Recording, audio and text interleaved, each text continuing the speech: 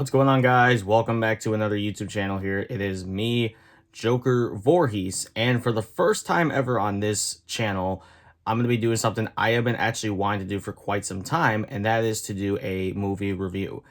I have always been the biggest movie guy. I've always thought about one day about potentially doing a movie review on this channel, and with the current stats my channel is at, I figured I'd try something a little different. So here for 2025, we're starting off the year with a movie review. And I can't think of a better way to start this year than by reviewing the latest film in the Blumhouse horror series. That would be Leigh Whannell's 2025 adaptation of The Wolfman. So going into this movie, I already had semi-low expectations simply because the Wolfman design was revealed, I believe, at Universal's Horror House or whatever it was. And once I got a look at the Wolfman, I immediately thought, this movie is doomed. This movie is not going to be well. And I'm just extremely disappointed. For those who do not know, I'm also a ginormous werewolf guy. I love werewolf films with all my heart. One of my all-time favorite films is An American Werewolf in London. And I also love the original Wolfman, love The Howling, love all those classic werewolf films. So when I heard that Blumhouse was doing a Wolfman movie and I saw the Wolfman design, I immediately thought this movie's going to be bad. So with that being said, I also went in also open-minded because I knew that this movie was going to be different. I knew it wasn't going to be telling the same story of the 1941 original or the 2010 remake with Benicio del Toro and Anthony Hopkins. So with that, I went into this movie a little open-minded, also skeptical. And after seeing this movie, I'm going to probably be the first person on YouTube to actually give this movie a positive review. Oh, brother, this guy stinks! Yes, that's right. I am actually someone who enjoyed this remake. I know that there's so many other people out there who saw this and said they felt like it was boring, they felt like it didn't live up, people were basically saying it's all wolf but no fangs, all that stuff. But there's just a lot of things I actually found to be quite entertaining in this movie, while there's also still many issues I can easily point out of what happened with this film. So I will be going through the pros in the movie about the stuff I really did like. I'll also going into the stuff that I felt was a little mixed for me, things I felt like could have been better, could have been a little toned down, and then I'll also go into the negatives, and then I will give you my overall thoughts on what I think about this film. So starting off with the positives. First off, I gotta say the movie itself, it gets a complete bonus because it is a new and original story. Unlike the Nosferatu films where the remake with Klaus Kinski and then the remake with Bill Skarsgård, they all basically tell the exact same story, but they do add some new additions to each one, which I do respect. But with the 2010 Wolfman remake, it basically told the exact same story as the 1941 original, but it made some changes along the way, like flipping the father and son relationship, toning down the love, and the performance of all the actors, while also updating the Wolfman and giving us more gore and effects. Whereas in this one, it is a completely new story. Basically, you've got a father, a mother, and a daughter who are stuck inside a farmhouse hiding from the Wolfman, and along the way, as they were traveling to said farmhouse, the father, played by Christopher Abbott, was attacked by the wolf and was scratched on his arm, and as the movie progresses, he slowly transforms into the Wolfman. So with that being said, the movie doesn't have a new original story because we've seen the story play out in many other different Cabin in the Woods type of movies, but in terms of the Wolfman, it is a refreshing story. Another positive I have to give this movie is the acting. I think Christopher Abbott, Julia Gardner, I think that they actually give some decent performances. I've heard some criticism saying that Julia Gardner doesn't get much to do. She's very much underdeveloped. She doesn't get a lot into the movie, but I actually get to say I disagree with that. What I actually think about the character is as the movie progresses and Christopher Abbott becomes more and more like the Wolfman, she steps up more and more as the main character and the so-called final girl. So I think as the movie progresses, it goes from Christopher Abbott is the main character to then Julia Gardner is the main character. And I think that the two actors do work on each other quite a bit. They start off as this movie goes, that they're basically a married couple that feel like that the relationship isn't working out, but they're trying to make it work for their child. But then as the movie progresses, they start to realize, okay, we do have this relationship. But that's by the time Blake, Christopher Abbott's character, is becoming more and more ill and infected with the werewolf virus that is going on.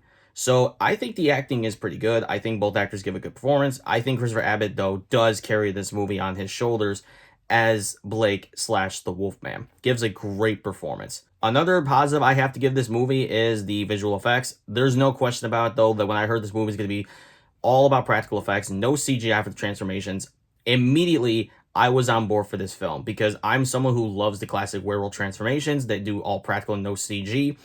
Where American Werewolf in London did it the best, I don't think this movie reached that type of level of transformation. This movie also took heavy inspiration from David Cronenberg's The Fly, one of my all-time favorite movies, no doubt about that. But similar to what I just said about the transformation, I don't think it reaches the height of The Fly. But as its own, I think it served it very well. And I will also give a brownie point to this movie too. There is a werewolf fight in this movie. Similar to the 2010 remake, we do get a werewolf fight in this movie where we have two werewolves clashing it out inside the house and outside the house. So get brownie points for that for what it was. But I think the biggest thing I will praise this movie for, no questions asked, it is the special use of sound and suspense. Similar to Leigh Whannell's 2020 remake of The Invisible Man, which I absolutely love that remake. One of my all-time favorite remakes ever to be made. Probably my favorite film he's done because it's the only film I have seen. I have not seen Upgrade yet. I'm deeply sorry for that one. But in terms of this movie, the way they use the sound, the way they use the suspense, it's so handled well that it's like it always left me on the edge of my seat to wonder what's going to happen, what's coming, what's going to be next.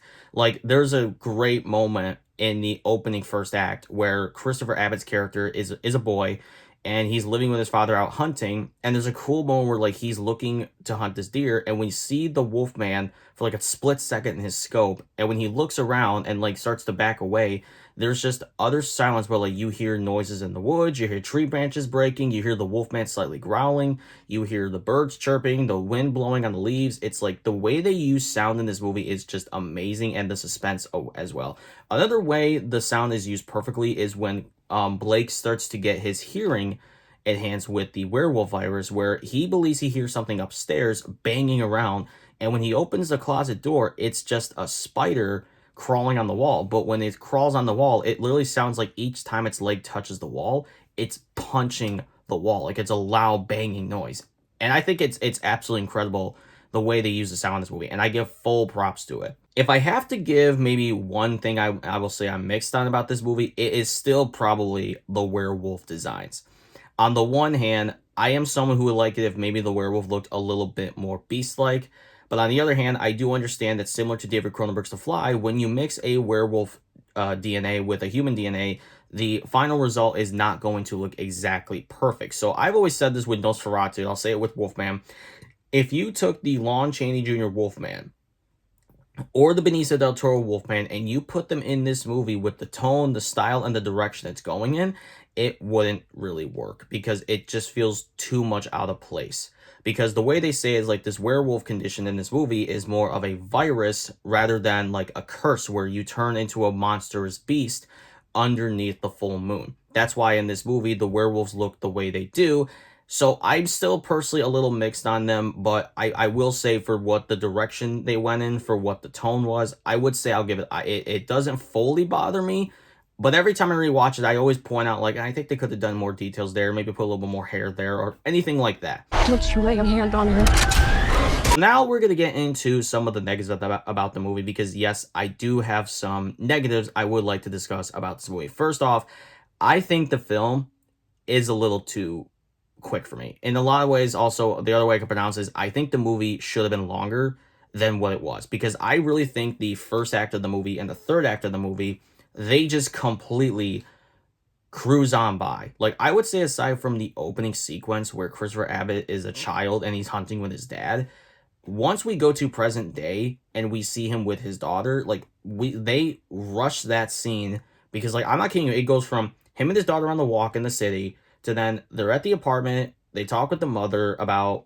oh, my father is deceased, they confirmed that I have to go up to his farmhouse and collect his items, to then they got the next scene where he goes to his wife's workplace and tells her, like, I don't think we're doing well. We should probably go to this farmhouse and collect my father's stuff. It's a great time for us to spend time together as a family. And then literally the next scene, they're already going to the farmhouse, which is where all the chaos, all hell breaks loose. So I really feel like with that, it leads to another complaint I have about the movie, and that is I don't think we get to spend enough time with the family that for me to fully root for them. Like, by the time I've seen this, because I will actually say one thing, I'll back up for a second.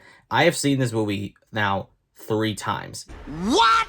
Yes, I have seen this movie 3 times because I really need to know if I liked it, if I didn't know if I liked it, if I hated it. I still enjoy this film. But I will say, out of all the time I watched it, it is a issue that has grown on me, where it's like, I do think they kind of rushed the first act too much. That's like, I don't think we spend enough time with these characters. I do think as the movie kind of progresses, we start to see them grow more. But in terms of like a background, a story, it's like, they don't really do a well job as like giving the characters fleshed out stories aside from Blake. Like, for example, there's a moment in the truck where they pick up a hunter who used to know Blake as a child because they were friends at one point. And then you have Julie Gardner's character telling him, oh, I'm a journalist. And he just looks back like, okay, I don't recall asking about that, but okay. It's just such a forced-in way to try to develop the characters, because even Leigh Whannell probably knew, hey, I kind of rushed that. I got to develop these characters somehow. Which also leads to my issue about the third act, because I also said the third act was a little too rushed. I would say, too, the climax feels extremely shallow in the ways of, like, I don't feel like this really is like a big finale. Like, in terms of like the 2010 or the 1941 Wolfman movies, I don't think this one really had a good good climax in terms of like how to end the movie. Like, you get a werewolf fight scene in this movie, I would say it takes place at like the end of Act 2. And then after that moment, Blake goes outside, transforms into his official werewolf form, and then at the third act is literally, he gets in the house, they run out of the house, go into the barn, he chases to the barn, gets stuck in the bear trap, they run to the woods, he goes to the woods, chases him up the tree, they shoot him, and the movie just ends. That's literally that, beat for beat, that is exactly how the third act goes. So I do feel like they didn't really get to do much in the third act in terms of like build up the tension, build up the excitement, or anything like that. And I would say maybe my final complaint I have about this movie, it is possibly the fact that it's like, this movie, similar to The Invisible Man, has a theme. Whereas in The Invisible Man, it was about escaping an abusive relationship. It was about the possibilities of being stalked. And with The Invisible Man, it worked out extremely well. And they let you watch to see how it played out. Whereas in this remake of Wolfman, it's almost like, as I'm watching the movie, this is a metaphor, but it's like, as I'm watching the movie, Blumhouse and Universal have baseball bats that have the words theme imprinted on the baseball bats, and it's like, as I'm watching the movie, they're just bashing me over the head, trying to get me to understand the theme. Back to it. Which is like about being an overprotective father or trying not to become your father, and it's like, I understand that that's the theme you want to go for, and I think with Wolfman, it does play out in a certain way, but at the same time too, it's like, it feels like they're so afraid that the audience is not going to understand the theme.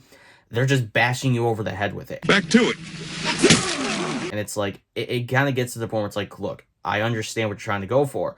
Just let me watch the movie and see how it plays out. You don't have to bash me over the head to get me to understand this. Back to it. So with all the complaints, with all the criticisms, with the poor box office performance, I can't lie, guys. I still enjoyed this movie very, very much.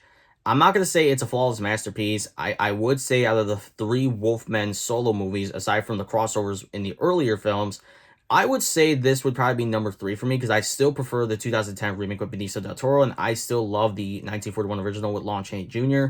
So in terms of it, I do like this film because it is something refreshing. It takes a new concept. It tries to add a new lore to the werewolf mythology. And I do like the new direction it went into. For where it is right here, right now, I still enjoyed this film. I understand the criticism it gets. I do agree with some of the criticism, but I'm not going to fall into the territory of, I'm just going to hate this movie because everybody else hates it. I don't do that. I enjoyed this film. I liked the film. And I have seen it 3 times total because I really enjoyed it, but I also wanted to see if there was stuff I could point out in terms of mistakes. And yes, there are mistakes. I feel like the characters are somewhat underdeveloped. I feel like the movie could have been a lot longer. I do feel like the movie lacked a climax. But overall, guys, I seriously enjoyed this movie. And that's really all I got, you know? I've seen this movie 3 times now, and I enjoyed it for what it was. I appreciate the direction it went into. I like the direction it went into. I know this movie is not going to be for everybody. It's similar to Nosferatu, Robert Eggers' Nosferatu. It is not going to be for everybody. So if you are someone who likes werewolves, and you're someone who likes remakes when they do something completely different, I would highly recommend you at least give this a chance. But if you have seen enough negative reviews to where you're like, I want to see this, but I don't want to go spend money in the theater to see this, then I would just say wait for it to come out on streaming. Back off!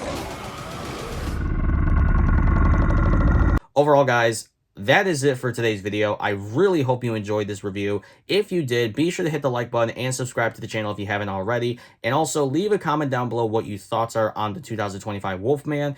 And if you want me to do more reviews, leave some movie options down below because I am going to be attempting to doing more reviews. I am planning to do a review of Peter Pan's Neverland Nightmare very soon because I have seen the film and I've got some thoughts about that.